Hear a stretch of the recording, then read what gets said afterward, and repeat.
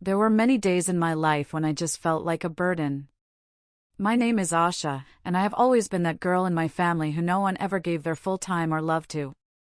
I have a sister who is always the first in everything she does, and her words were all that mattered to my parents. I was just a pile of responsibilities for them, taking care of the house, their needs, taking care of them. My only connection to their happiness was trying to make it happen. But for myself, I had no space.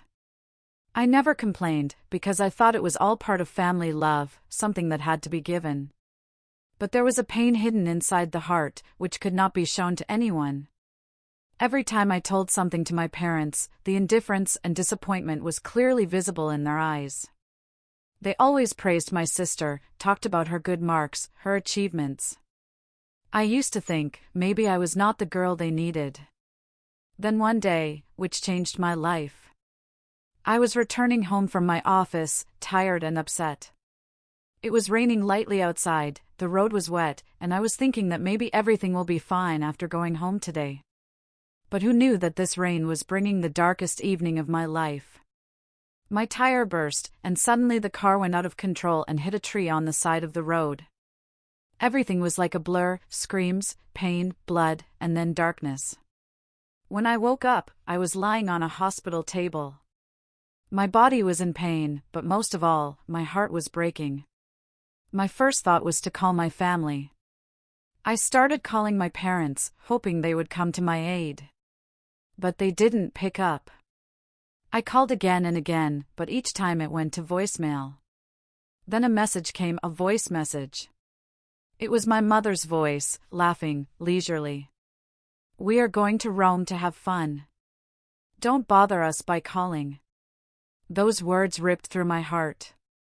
The people who mattered most in my life were so detached from my pain that they refused to even meet me on the phone.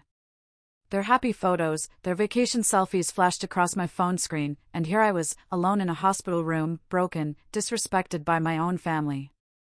I couldn't understand what was real and what was a dream.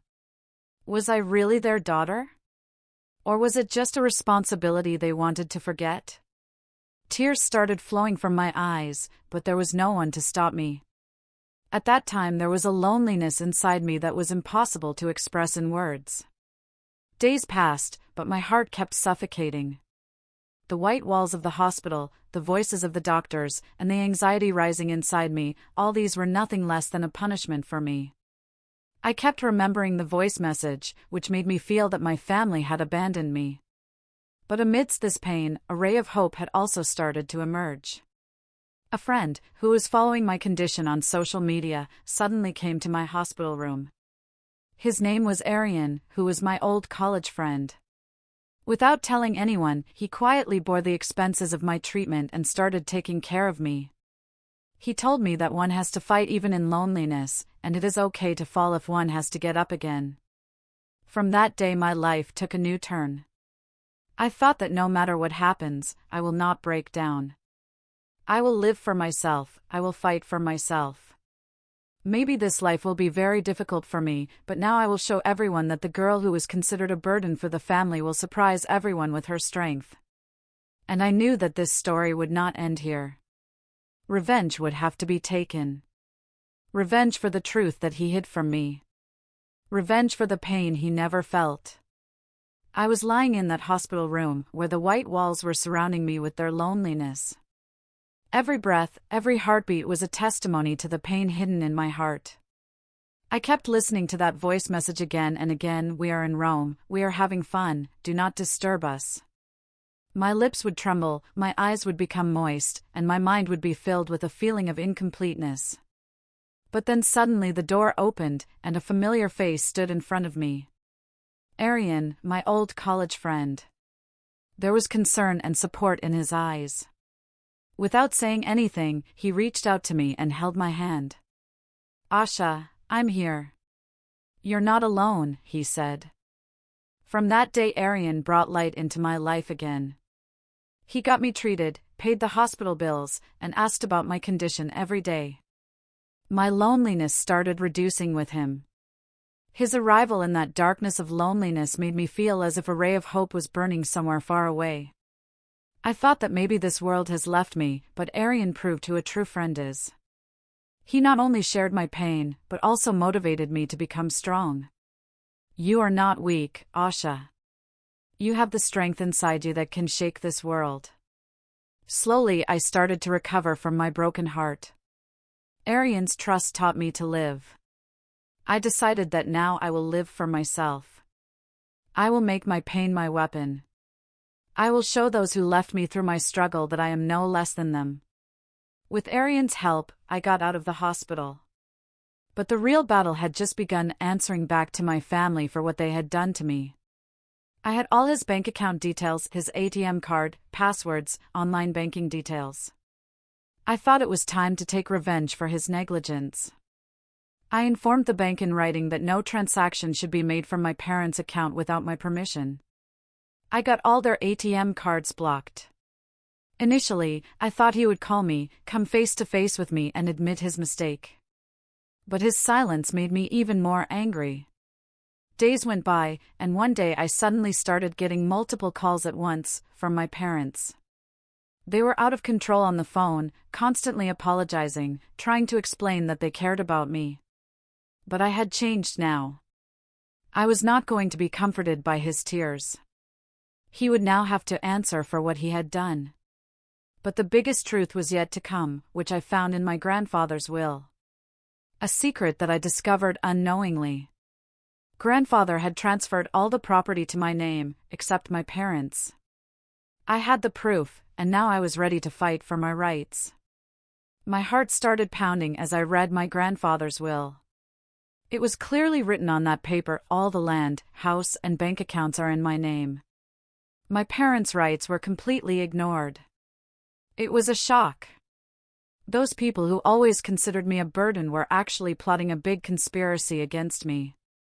I told this to Arian, a new fire and confidence lit up in his eyes.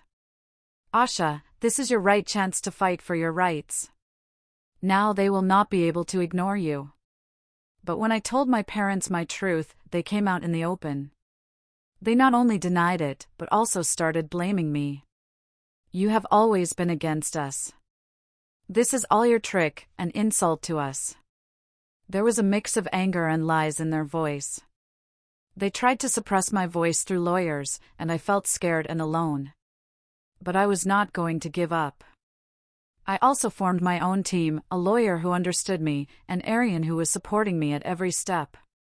Meanwhile, my sister also came forward. She betrayed me, along with her parents tried to tarnish my image. I was heartbroken. The girl, whom I considered my blood, had now become my biggest enemy. But I was determined not to give in. I started gathering evidence against the lies my family had created.